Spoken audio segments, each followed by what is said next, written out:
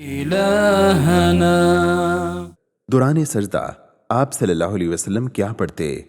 سیدنا علی بن ابی طالب رضی اللہ عنہ بیان کرتے ہیں کہ جب رسول اللہ صلی اللہ علیہ وسلم سجدہ کرتے تو یہ کلمات ارشاد فرماتے: اللهم لك سجدت وبك آمنت ولك أسلمت سجد وجهي للذي خلقه وصوره وشق سمعه وبصره تبارك الله أحسن الخالقين.